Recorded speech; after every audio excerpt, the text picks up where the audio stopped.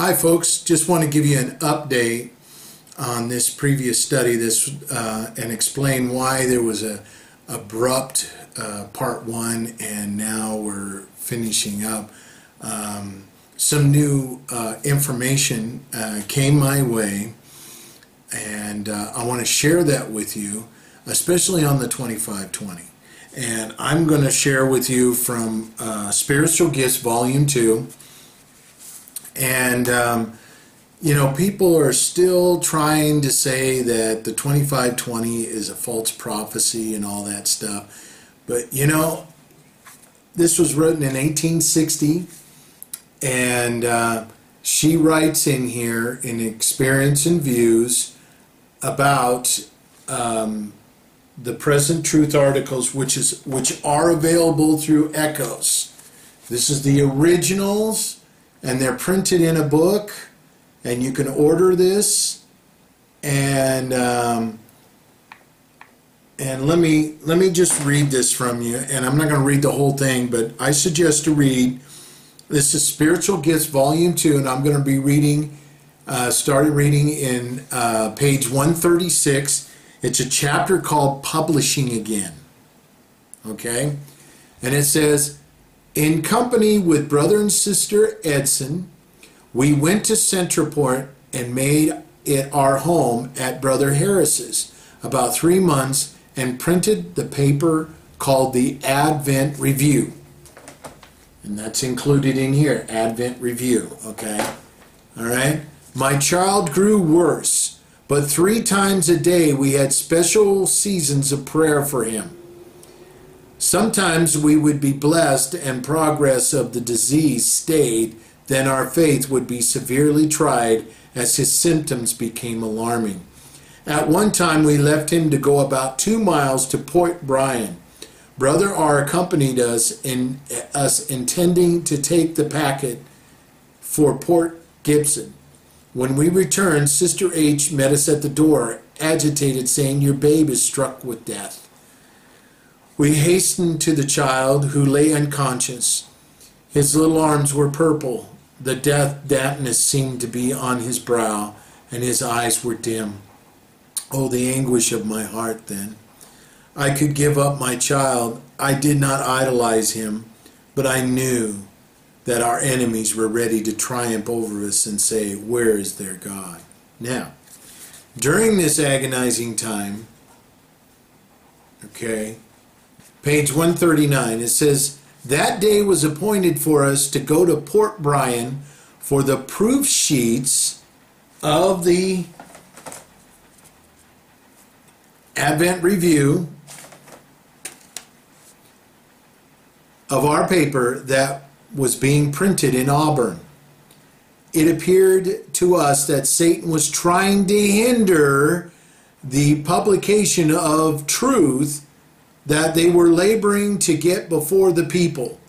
We felt that we must walk out upon faith.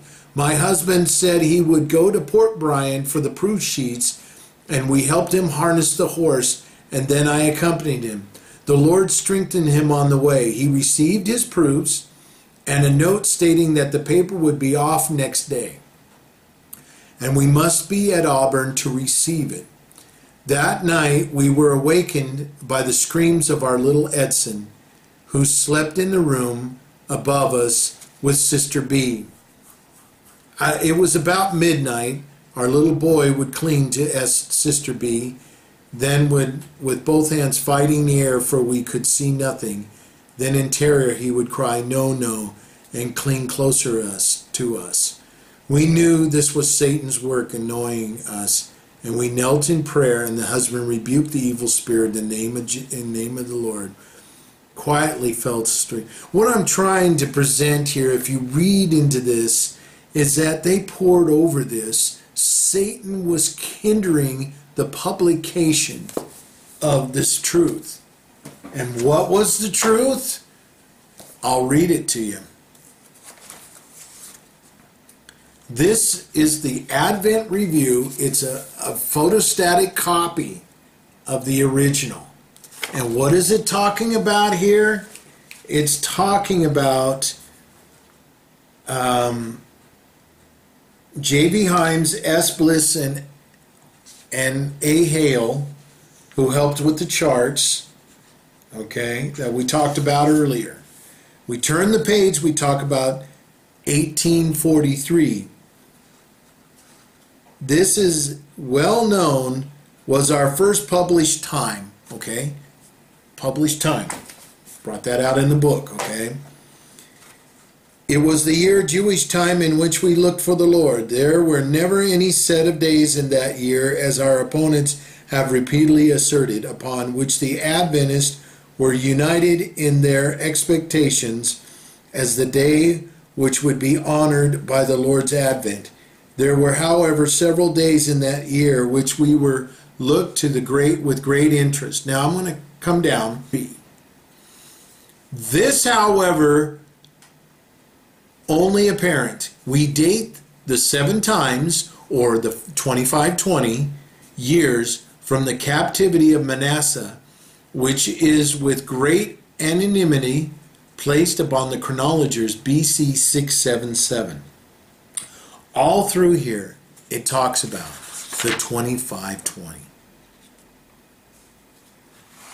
Now, if it was a false prophecy, why would Satan fight so hard to keep that publication from being published? Hello? It's not rocket science, folks. It's not rocket science.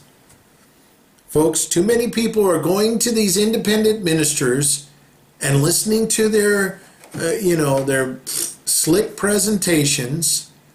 And I'm just as guilty. I do slick presentations myself. But the problem is people are not studying for themselves.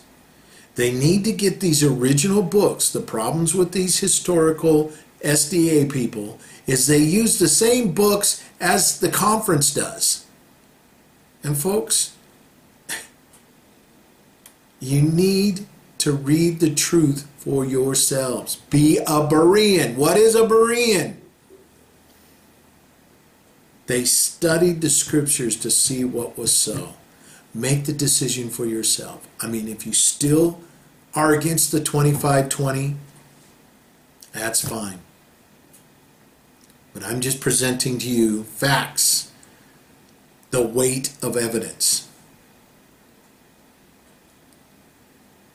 So until next time, if you have any questions, any of these materials, you want any of these materials, we're also making available the 84 Great Chronoversary, and we're also the original Steps to Christ as well.